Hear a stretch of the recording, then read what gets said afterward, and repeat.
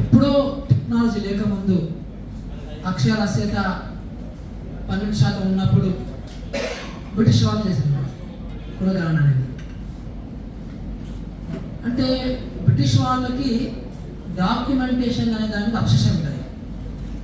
అంటే ఏంటంటే అసలు యాక్చువల్ సమాచారం లేకుండా ప్రభుత్వాలు ఎలా నడుస్తాయి అనే దాంట్లో కులం అనేది చాలా ఇంపార్టెంట్ అని వాళ్ళకి అర్థమైంది.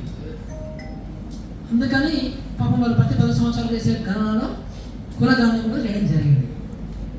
తర్వాత ఎందుకు కులగణన చేయరు? మన స్వాతంత్రం వచ్చిన తర్వాత, మన గవర్నమెంట్ వచ్చిన తర్వాత ఏదో మనం అందరం విమర్శించే బ్రిటిష్ గవర్నమెంట్ చేసినప్పుడు మన గవర్నమెంట్ ఎందుకు చేయడం లేదు? అంటే దట్ ఈస్ ద అది మనం తెలుసుకోవాల్సిన విషయం ఉంది. ఇది ఏంటంటే టు బి ఫ్రాంక్, ఈ బ్రాహ్మణిజంలో ఈ హెచ్చుతగ్గులు నిచ్చెనమట్ల వ్యవస్థ ఏదైతే ఉందో అది అట్లాగే కొనసాగాలి. మా యొక్క అంటే ఈ అగ్రవర్ణాల యొక్క సంఖ్య అనేది దాచిపెట్టాలి. సో ఇంత తక్కువ సంఖ్య ఉన్న వాళ్ళు ఇంత దారుణంగా వనరుల మొత్తాన్ని కూడా వాళ్ళు కంట్రోల్ చేయడమైంది, పరిపాలన వాళ్ళు చేయడమైంది అనేది అందరికీ మెజారిటీ వర్గాలకు అర్థమైందనే భయంతోనే స్వాతంత్రం వచ్చిన తర్వాత కూడా అదే బ్రాహ్మణీయ భావజాలం ఉన్నటువంటి ప్రైమ్ మినిస్టర్లు, చీఫ్ మినిస్టర్లు, యూనియన్ మినిస్టర్లు, ఐఏఎస్ ఆఫీసర్లు ఉండడం మూలాన ఇది జరగడం లేదు. ఇంకొక విషయం కూడా నేను మీకు ఫ్రాంక్గా చెప్పాలనుకుంటున్నాను. నేను రాహుల్ గాంధీ గారు మాత్రమే మాట్లాడుతున్నారు, గమనించారా మీరు? కాంగ్రెస్ మొత్తంలో వేరే వాళ్ళు మాట్లాడుతున్నారు. ఎవరన్నా కాంగ్రెస్లో ఎంత పెద్ద పార్టీ కదా. ఇంకొక విషయం, నిశ్చితమైన విషయం ఏంటంటే రాహుల్ గాంధీ గారికే కాంగ్రెస్లో ఈ విషయంలో అపోజిషన్ ఉంది.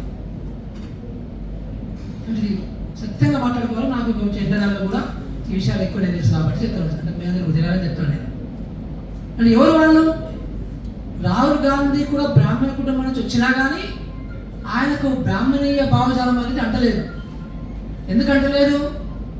నేపథ్యం ఉంది కదా, డిఎన్ఏ నేపథ్యం ఉంది, వాళ్ళ తాతలు తండ్రులు వాళ్ళందరూ కూడా వాళ్ళ నేపథ్యం ఉంది.